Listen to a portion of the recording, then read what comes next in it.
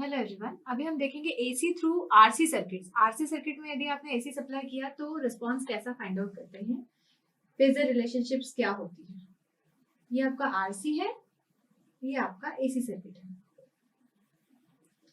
यहाँ से फ्लो होने वाला करंट आई है, ये आर है, ये सी है, ये वी ऑफ टी है। V of T is equal to V M sine omega T है।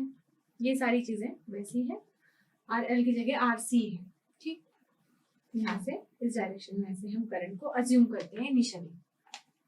ठीक, जब भी आरसी होता है सर्किट, सिर्फ कैपेसिटिव सर्किट हमने एनालाइज किया था, उस समय क्या हुआ करता था कि पावर फैक्टर हमारा लीडिंग होता था और पावर फैक्टर एंगल हमारा कितना हुआ करता था, 90 डिग्री हुआ करता था। यहाँ क्या है, यहाँ आरसी सर्किट है, मतलब रेजिस्टेंस भी है पिक्चर में, तो क्या होगा आपका जो पावर फैक्टर एंगल होगा वो 90 डिग्री नहीं होगा, वो क्या होगा, समथिंग लेस देन 90 डिग्री होगा। ठीक, लीडिंग होगा नो डाउट, क्योंकि कैपेसिटिव है तो आपका लीडिंग एंगल तो होगा ही।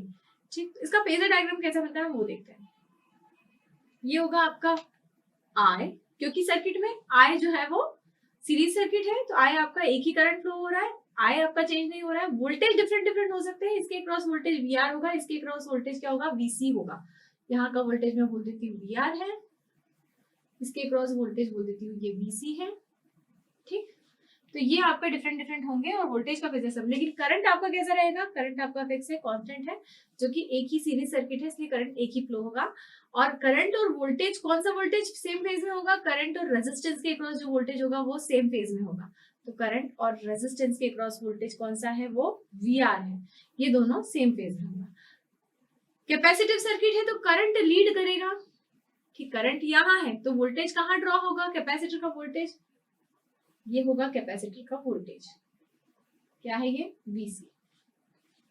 कितने का डिफरेंस होगा, सिर्फ वीसी की बात करें, हम अभी रेजिस्टेंस की बात नहीं करें। करंट में और कैपेसिटेंस के क्रॉस जो वोल्टेज है उसमें कितने डिग्री का एंगल होगा, 90 डिग्री एंगल होगा। ये आपका एंगल कितना होगा, 90 डिग्री होगा। और करंट पहले, फेजर्स क्या होते हैं, एंटी क्लॉकवाइज रोटेट होते हैं, तो इस तरह से रोटेट करके देखेंगे तो पहले क्या क्वांटिटी आएगी, आई आएगी, फिर क्या आएगी, वीसी आएगी। इसका मतलब करंट जो है कैपेसिटर के थ्रू फ्लो होने वाला वो 90 डिग्री से वीसी से लीड करेगा।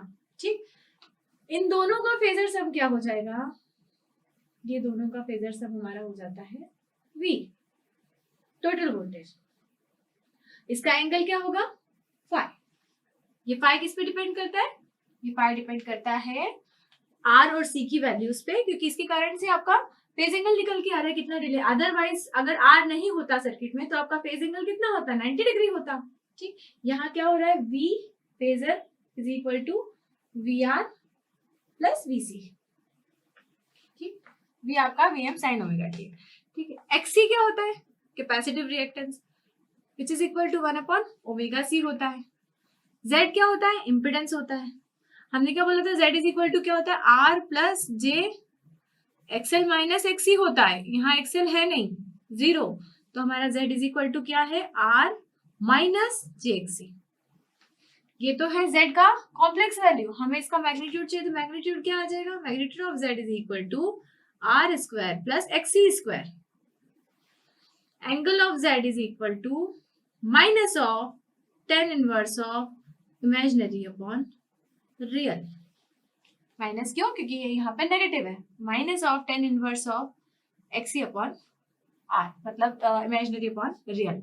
यहाँ से हम I फाइंड आउट करते तो I इज इक्वल टू क्या होगा, V by Z which is equal to Vm sine omega T divided by Z का मैग्नीट्यूड क्या है, under root of R square plus XC square at an angle of minus of tan inverse of XC by R। इसको और किस ढंग से लिखना हो तो हम कैसे लिखेंगे, I is equal to, ये कांस्टेंट टर्म को बाहर लिख लेंगे, Vm upon under root of R square plus XC square के इंटू साइन ओमेगा टी, ये माइनस है, न्यूमरेटर पे जाने के बाद में क्या हो जाएगा, plus tan inverse of XC by R। या इसको मैं सिंपली क्या बोल सकती हूँ, I is equal to Im sine omega T plus pi, where Im is equal to Vm upon under root of R square plus XC square phi is equal to tan inverse of XC by R। यदि आप इसको positive represent कर रहे हैं तो ये angle positive रहेगा, यदि आप इसे नेगेटिव रिप्रेजेंट करते हैं तो ये भी नेगेटिवली रिप्रेजेंट होगा। आप फाई जहां पर भी बोल रहे हैं वहां पे आप बोल सकते हैं कि लीडिंग है, ये रीडिंग से समझ में आ जाएगा कि किस डायरेक्शन में ड्रॉ होने वाला है। ठीक, तो यहाँ से ये क्लियर है। अगर आप इसे नेगेटिव लिखते हैं, आई को रिप्रेजेंट करते समय ये नेगेटिव एंगल लिख रहे हैं, तो इसका मतलब यहाँ पे जो एंगल होगा वो नेगेटिव होगा, तो तभी नेगेटिव नेगेटिव जाके ये पॉजिटिव होगा। इसलिए यहाँ यदि रिप्रेजेंटेशन में आपका -फाई है तो आपका यहाँ पर माइनस हो जाएगा। ठीक, वोल्टेज एंड इम्पीडेंस ट्रायंगल बनाते हैं।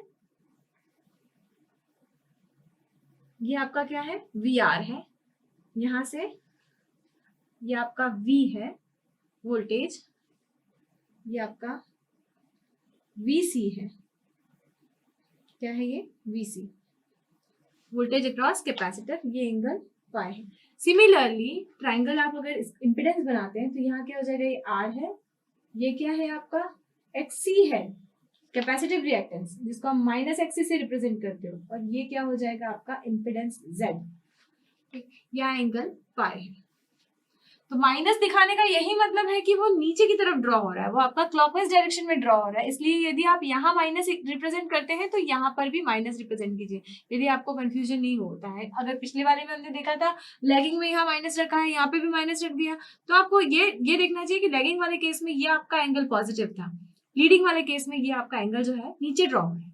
आपको बस इतना ध्यान रखना है, जो एंगल है निकल के आ रहा है वो आपका यहाँ क्लॉकवाइज डायरेक्शन में नीचे कैलकुलेट हो रहा है, वहां आप क्या कर रहे थे, एंटी क्लॉकवाइज हो रहा था आपका। ठीक, तो आपका पावर क्या होता है, पावर क्या होता है, वो VI cos फाई होता है। ठीक, I²R होता है, ऐसे ही आप कैलकुलेट करते हैं। तो यहाँ से हमको पावर फैक्टर एंगल मिल जाता है। पावर फैक्टर एंगल मिल जाता है तो हम क्या कर सकते हैं, पावर फैक्टर हमें पता है cos ऑफ दिस पाई।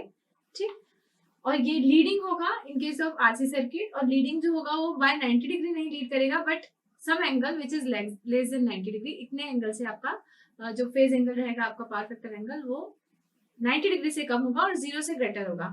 वो डिपेंड करता है वैल्यू ऑफ R पे। ठीक, यहाँ पर यदि हम वेवफॉर्म को समझने की कोशिश करें तो कैसी होगी, ये आपका वोल्टेज वेवफॉर्म है।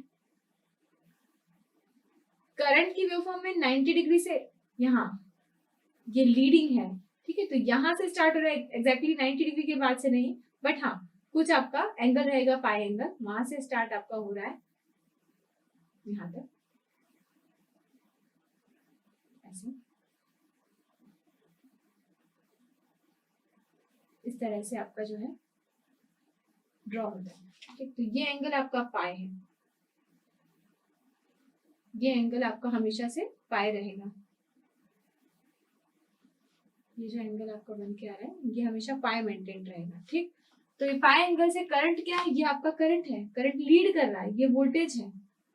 पाई एंगल से वोल्टेज लैग कर रहा है, ये करंट लीड कर रहा है। पावर निकालनी होगी तो वैसे अगेन ड्रॉ कर लेंगे हम लोग कैसे, यदि पॉजिटिव पॉजिटिव है आई हमारा तो पावर पॉजिटिव, दोनों नेगेटिव है तो पावर पॉजिटिव, एक पॉजिटिव एक नेगेटिव है तो पावर नेगेटिव, सिमिलरली दूसरे केस में वाइस वर्सा। तो इस तरह से आपकी वेवफॉर्म होती है, ये आपकी VN आएगी। तो आप RC सर्किट्स को जब एनालाइज करते हो तो आप क्या करते हैं, फेजर डायग्राम बनाएंगे, आप इम्पीडेंस डायग्राम बनाएंगे, उसके बाद में आप इन सबको डिराइव करेंगे और फाइनली VN I का एक्सप्रेशन निकाल के आप वेवफॉर्म को ड्रॉ कर सकते हैं।